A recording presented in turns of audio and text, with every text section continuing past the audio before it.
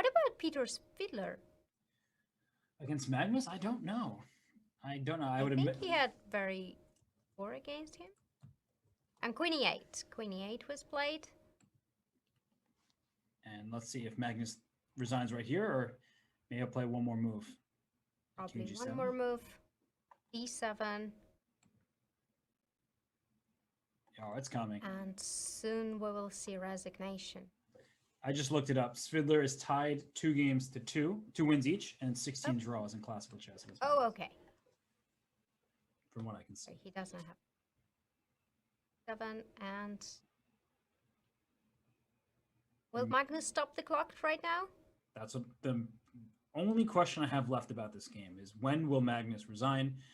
He looks dejected. He's clearly upset. He's frustrated, and Andrei Esipenko. I mean, this is a historical moment for Yeah. him. It is just groundbreaking. If he wins this game, he will be one of the only players to have a winning record against Magnus Carlsen. And as I mentioned earlier, Magnus Carlsen did not lose a classical game of chess for 125 games. The guy is hard to take down. And in his first opportunity, Andrei Esipenko is about to do the unthinkable.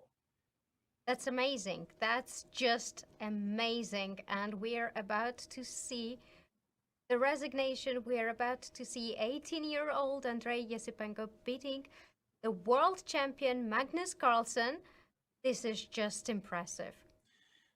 It's the words cannot even describe the jubilation that Esipenko will feel eventually. But right now, he's just focused on the end of this game. He doesn't want to slip. Sometimes that happens, but right now it's clear that he's about to win. His pawn's about to promote, and there is nothing that Magnus Carlsen can do about it. So, Esipenko, a true professional, despite his young age, he is ready to take this moment and beat the world champion. Yeah, and actually we are informed that after 2013, when Magnus won the world champion title, the only game that he lost against younger player was Liu Shanghe, 17 years old, but that was a blitz game. It was not a classical game, but it was a blitz game. And now if Andrei Esipenko beats the world champion, he will be the youngest player to beat him in classical chess, I guess. Mm-hmm. Yes, and with all due respect to Liu Shanglei, blitz is a different story. These top players can lose blitz games with much more regularity. So this is something that very few players can lay claim to. A win over Magnus Carlsen in a classical chess tournament. Magnus, he knows the results is in the books. He is, it's kind of upsetting to even see this from Magnus because everyone knows what it feels like to lose a chess game, and you can sense the pain in his face. It's just, what went wrong? What could I have done differently? And how am I going to find the form that has had me be the best player on the planet for over 10 years now? Yeah, it's really frustrating, but we must mention that Andrei didn't really give him any chances. None whatsoever. It was a clean game from start to finish. And as soon as Magnus saw the opening, he spent some time. Then he took this G5 pawn, and he certainly regretted that decision. I've said certainly many times today. I recognize that. But if I'm certain about anything, it's that Magnus Carlsen is going to ponder what he could have done differently in this opening. Bad day for the world champion Magnus Carlsen. He did not resign yet, but we can see that he is definitely very disappointed how the game went, what kind of position he has now. It's impossible to stop the pawn from queening d7, d8, and the queen is there, and Magnus doesn't have any counter chances. He cannot hope for anything here. No, he can give one check, maybe two checks, but when the white pawn goes up to c3 and then the rook slides up to c2, the king is surrounded by its own pieces. It's a shell. No more checks for you. And then that pawn does indeed promote, and that will end the game. Magnus will not continue after that. Yeah, Magnus down on the clock as well, but it doesn't matter. And the historic moment, he stopped the clock. 18-year-old Grandmaster Andrei Esipenko just beat the world champion in a classical game. What a game, impressive game. Wow. And look at him, that he is exhausted from the fight Yeah. that he just brought to the world champion.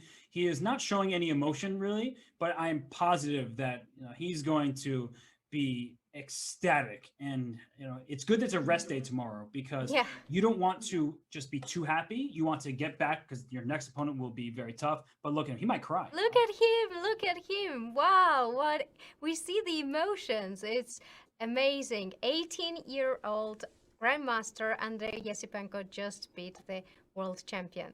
And he's in disbelief. Look at him, there's a smile. We saw the arbiter said something to him. He smiled, and he's now taking it in. He's waited for Magnus to leave, and now he's in just a state of shock. There it is. There's the smile we've all been waiting for. I cannot wait to hear his interview, because this is a historical moment for Andrei Esipenko, and he breathes out, and look at him. That's Wow. just so much emotion running through his body, and I'm very happy for the youngster. Yeah, me as well. Oh, there look it at is. this smile. Look at this smile. Oh, whoever just got in the way ruined a great shot, and he is just taking a moment to himself here.